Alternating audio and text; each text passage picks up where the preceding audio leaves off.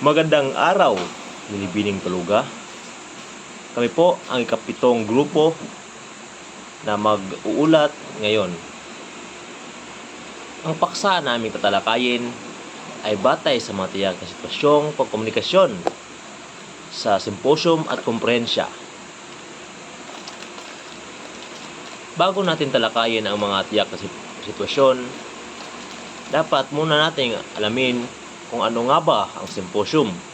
So, ano nga ba ang simposium? Ang simposium ay isang formal na talakayan upang pag-usapan ang nagpapamanahong isyu sa lipunan o organisasyon na tinatawag ding sampaksaan.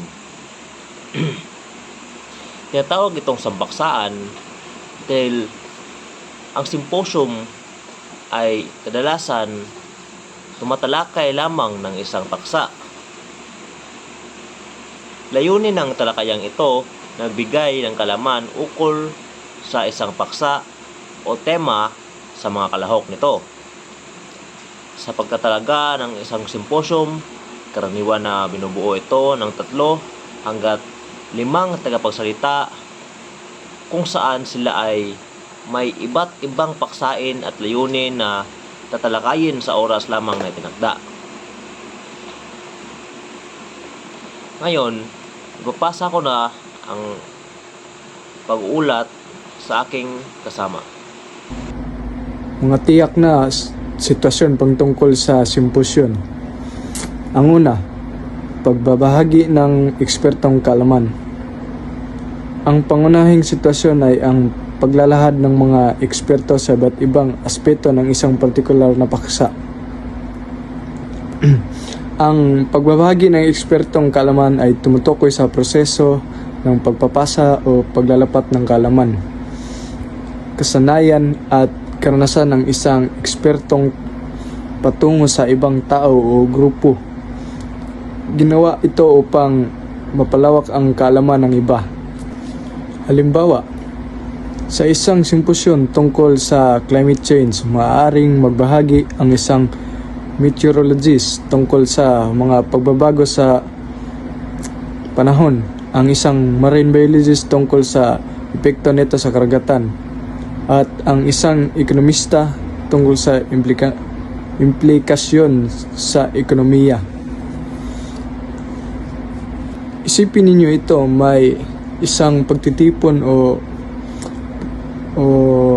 may isang simposyon tungkol sa climate change. Hindi lang isa ang magpapaliwanag nito, kundi iba't ibang eksperto mula sa iba't ibang larangan. Kagaya ng ang isang meteorologist ang magpapaliwanag kung paano nagbabago ang klima sa buong mundo. Ang isang marine biologist naman ay magsasalita tungkol sa epekto nito sa mga hayop sa karagatan. At ang isang ekonomista ay magtuturo kung paano naapektuhan ang kabuhayan ng mga tao.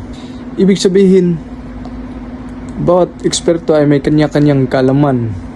Kapag pinagsama-sama ang kanilang mga paliwanag, mas lumalawak ang pangunawa natin sa issue. Pangalawa, formal na pagtalakay.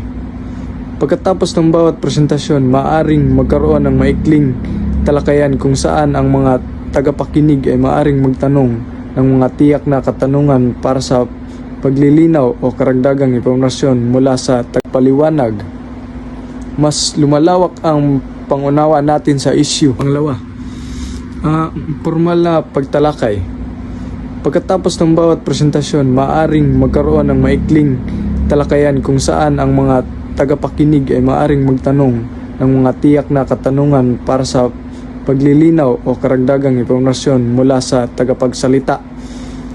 So, eksperto o tagapagsalita, binibigyan ng pagkakataon ang mga tagapakinig tulad ng mga estudyante, guro, o iba pang kalahok na magtatanong o magbigay ng reaksyon tungkol sa kanilang narinig. Pangatlo, ang panel discussion. Madalas ding may panel discussion sa huli kung saan ang lahat ng mga tagapagsalita ay magsama-sama upang sagutin ang mga mas malawakang katanungan mula sa audience at magbahagi ng kanila mga magkakaibang pananaw sa paksa.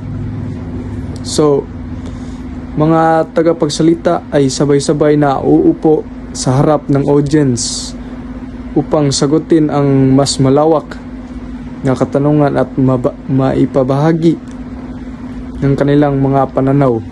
Sa madaling salita, ang panel discussion ay isang bukas na pag-uusap kung saan nagkakaroon ng mas malawak na pagtingin sa issue at mas maraming insight ang natutuhunan ng mga tagapakinig.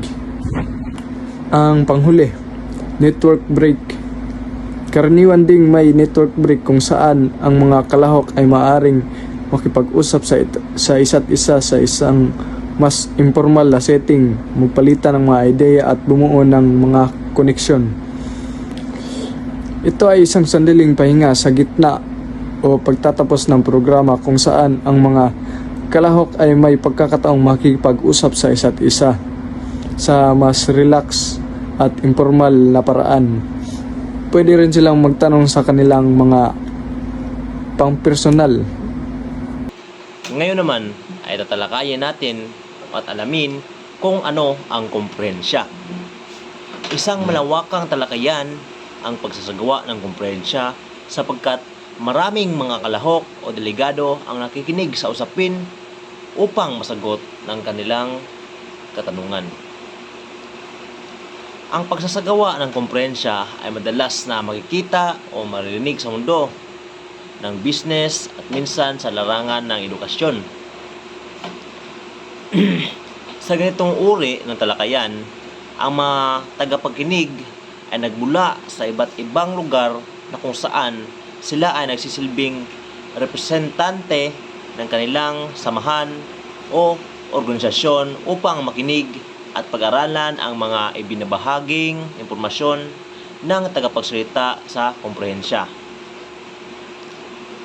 Samantala, may tinatawag na echo discussion.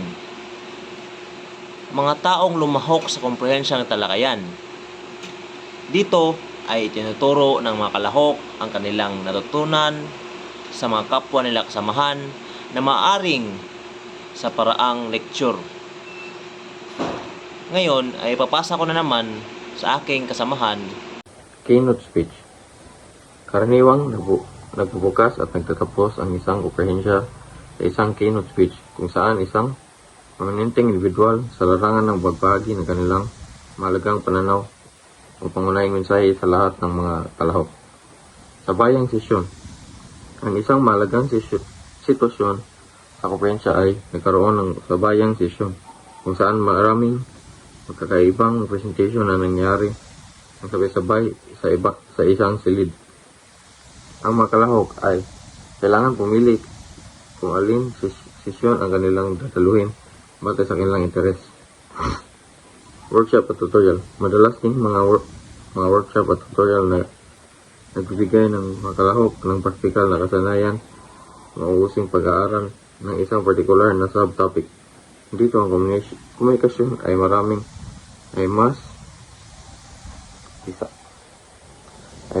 mas interaktibo at nakatuon sa paggawa. Poster presentation. Bukod sa mga oral presentation, karaniwan ding mga may poster presentation kung saan ang mga nanaliksik ay nagpakita ng kanilang trabaho sa pamamagitan ng visual, poster at pag-uusap ng direkta sa mga interesadong dumaan. At dun po magtatapos ang aming pag-uulat. Marami pong salamat.